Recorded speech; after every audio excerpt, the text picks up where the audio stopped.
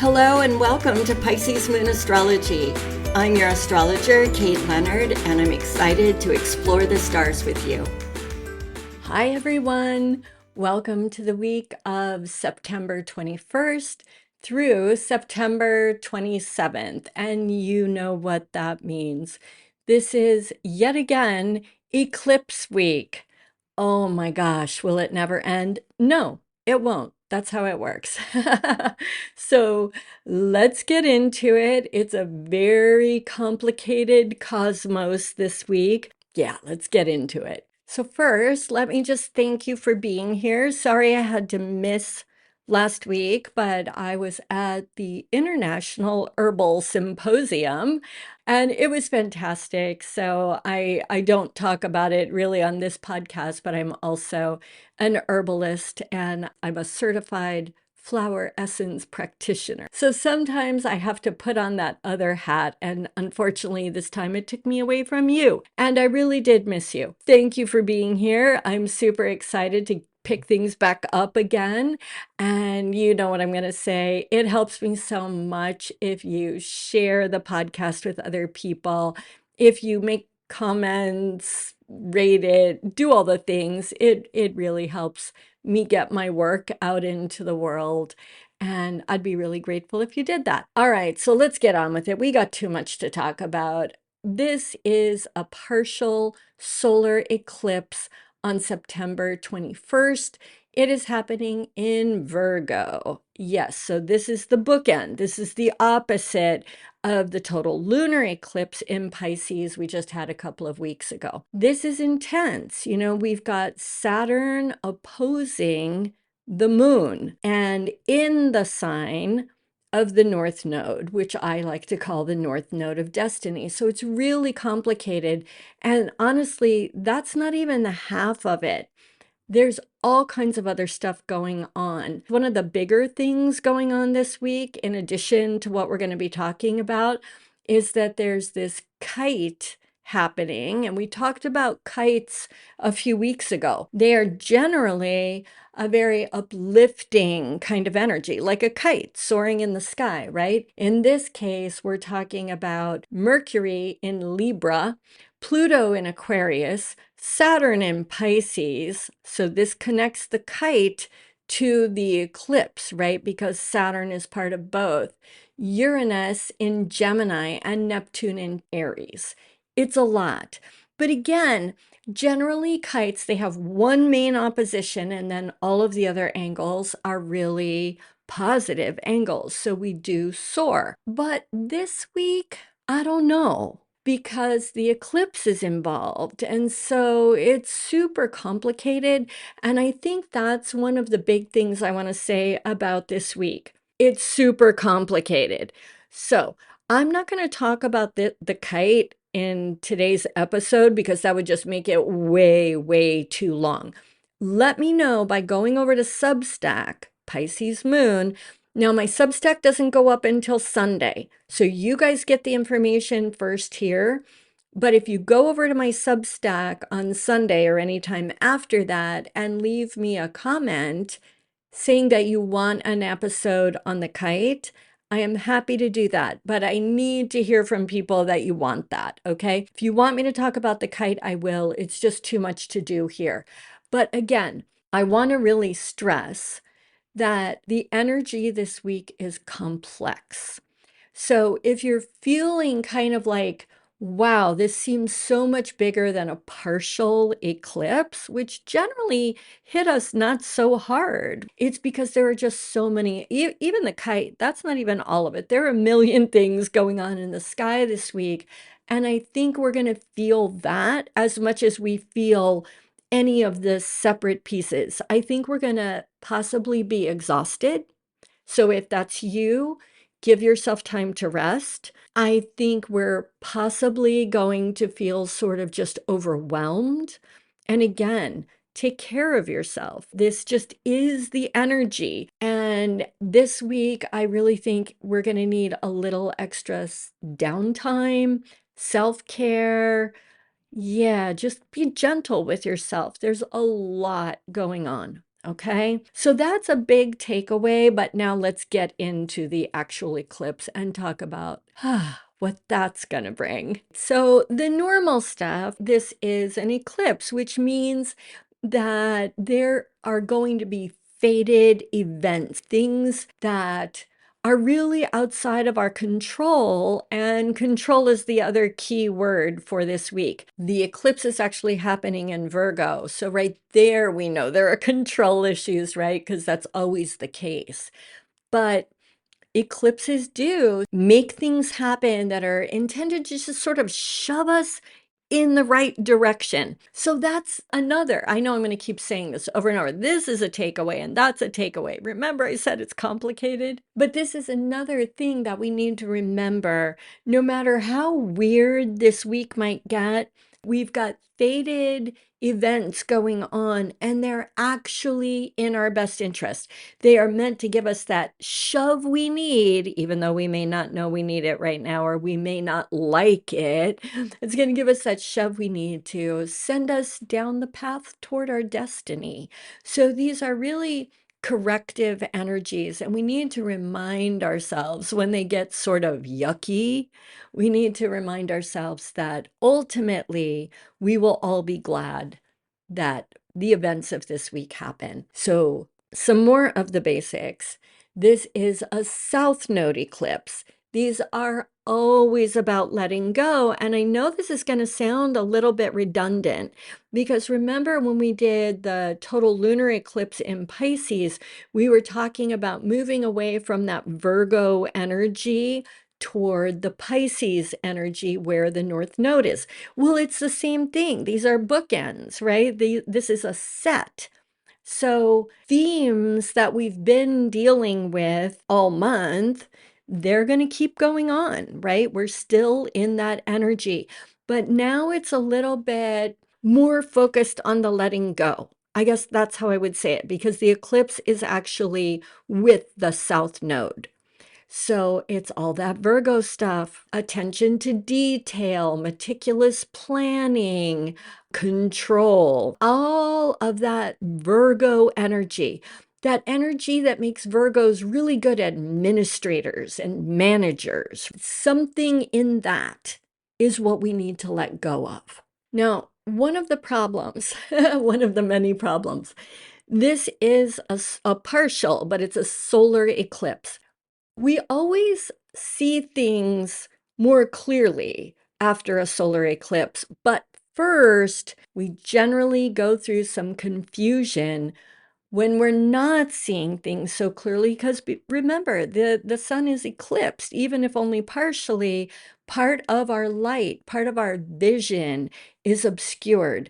So expect for some confusion to come up and expect that we're going to have to look at situations in different ways. That's another theme of solar eclipses. We have to adjust our vision because the normal sunlit path is obscured. Another thing to remember is that a solar eclipse is a new moon. So, for all you people setting intentions in the new moon energy, I don't know, my advice might be skip it. But if you're not going to skip it, I know a lot of people just generally don't do woo woo practices during eclipses, and there's good reason for that. But if you're not going to skip it, remember that this new moon is about letting go, seeing things differently. It's also about releasing control. So if you were going to set a new moon intention around those kinds of topics, that might work out just fine. You do you. I think I'm skipping. So let's get into some of the things that are not going to work well this week. Clinging is not going to work. This is about release. That's what the South Node is. And remember, this is something we're probably not seeing completely clearly. And that's going to be the part that I think is going to be difficult and maybe even painful for some people because we're not seeing it clearly. So we're clinging on to something that we believe we should cling to, right? Or that we don't recognize we're clinging to, something like that. Visibility is poor. This could be anything. Look at what house Virgo occupies in your chart. That'll give you a big hint on what needs to get tweaked here. But it could be our image. We're clinging to a certain image, to power, to a person. That's going to be a hard one for a lot of people this week. I know from working with clients, this is already in the works. And yeah, it could be a goal that we've held for a long time, that we're clinging to, a particular way of doing things, anything. Look at that house placement. For some of us, we're going to know more easily than others because again, it depends on how the eclipse works in your natal chart. So some of us are going to kind of get it. It doesn't mean we're going to like it. It doesn't mean we're going to stop the clinging and release more easily, but we'll kind of be like, yeah, I sort of know what the thing is. Other people are going to be like, me, I don't cling. I'm a go with the flow kind of girl. Yeah, yeah. Those people are going to have a way harder time. Prepare to see the thing that you don't want. Now, you probably know you've probably had doubts, you've probably had little suspicions, but it's that lover who never really has given us what we need, has always kind of caused insecurities. You know, that lover, but we know we can make it work. You know, that one. Yeah. The house that we're living in that we know we can't actually afford, but we love it and we don't want to move, and moving's such a hassle. It could be a job that's a good job. I wish you could see me doing the bunny ears. You know, that good job that you don't actually love, but you love the paycheck and you love the security. It's very Virgo to want to be very earthy and grounded about that. But maybe the job just kills your creativity or hurts your soul, or you just don't really honestly vibe with it. Or on the other end, the creative project, I've been working on this play, this screenplay, this novel, this painting, whatever it is, and I know I can get it to work. Really? Sometimes creative projects have to just be put in the scrap pile, right? And it's never easy and it's never fun. And sometimes we just have to know that we're at that place. Yeah, it's those kind of things that this week could very likely bring up. We're just forced. That lover who's never, ever given what you need, that lover is going to do a thing that finally can't be ignored, that you can't explain away. The boss at that dead end job, or maybe it's not even dead end, maybe it's just not right for you, right? But that boss is going to be a new level of jerk. Something is going to come up where you have to look at it differently and you have to let it go. And yikes, who likes doing that? If we wanted to let it go, we would already done so, right? So it can be rough. I'm just saying it can. Now, before we get too down, because I am going to talk about one more even more yucky thing, maybe not more yucky. Absolutely not more, but I'm going to talk about one other kind of harsh part about all of this. But do remember, stay with me. Don't get depressed. We are moving toward that Pisces spirituality. This week is just helping us get there, okay? So hold on, we're going to talk about Pisces in just a minute, but before we do, remember that Saturn opposition I mentioned? Saturn is down with the North Node in Pisces, opposing the new moon eclipse. So, what is Saturn? Well, he's a lot of things. We've been talking all year about restructuring and boundaries and redrawing our boundaries, and those issues could absolutely come up. But Saturn also rules legacy and the past and the way things have always been, the old ways. So, this is another thing that we need to sort of put into the mix. What things are we clinging to just because that's what we've always done? I've always lived in this house. I've always worked in this kind of job. I've been in love with this partner for a gazillion years. That sense of longevity, or some situation that we're in having history with it. But when we really think about it, the history's not that great. But Saturn wants to hold on. Saturn doesn't, you know, like just changing course. It's like steady, straight ahead kind of guy. And Virgo likes to cling because Virgo is very much about, no, I can make it work. Virgo's the brain. It's ruled by Mercury, right? It's that I'll just make a better plan. That's not going to do it. We have Saturn and we have Virgo kind of pulling us into that. If I just work harder, stick it out, I can do it. And I promise you, you can't. You can't. It's time to let go. And how do we do that? We use Saturn's good qualities down in Pisces. All right. As an opposition to the moon, Saturn's not a good guy. But Saturn on his own is hard work and discipline and reaching goals. But it's the Piscean goals, not those Mercury mind, plans, logical thinking kind of goals. It's Pisces. It's spirituality. It's trusting your intuition. Pisces is ruled by Jupiter, the guru planet. So it's just having faith that your heart will take you in the right place.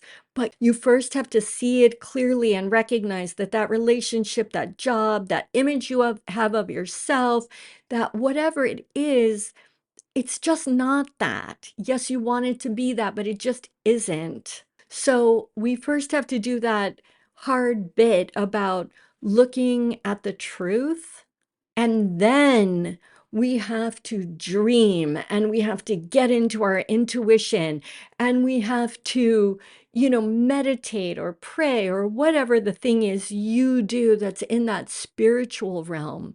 And the work that you put in there, and I know it sounds kind of wrong, but there is such a thing as spiritual work. So it may be, that you're not really feeling like going to meditation class today. Do people do meditation classes? I don't even know if that's a thing.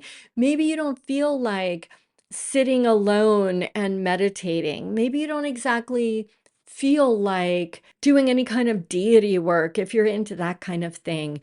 But learning to trust that this is going to be okay. And you know what? Saturn does reward hard work, but Saturn is also slow and values taking things slowly.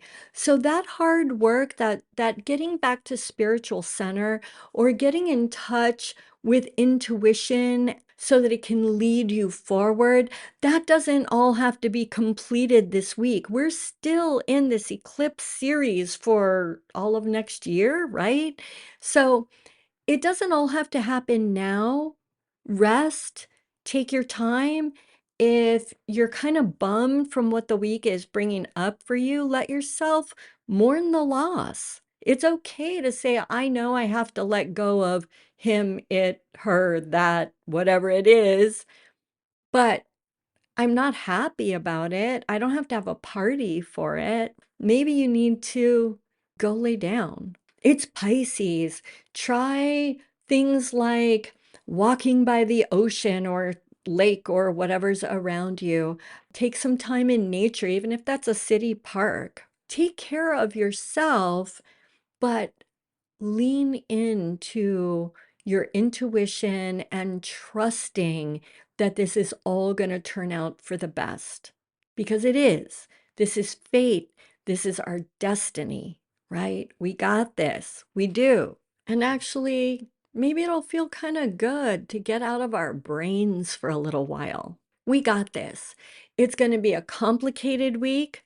It may not be so much fun. For some people, it's not going to be any kind of fun. Just keep telling yourself, you know in your heart what the right thing to do is, and you trust that this is moving you towards something better. It is moving you toward your destiny. I promise you, it will get better. It will get better. I hope the week is gentle for everyone, as gentle as it can be. I hope that we all are just, swimming in the oceanic Piscean waters. That's my wish, honestly. I am hoping for gentle energy this week. Take care of yourselves. I'm really glad you're here. I'm really grateful for all of you.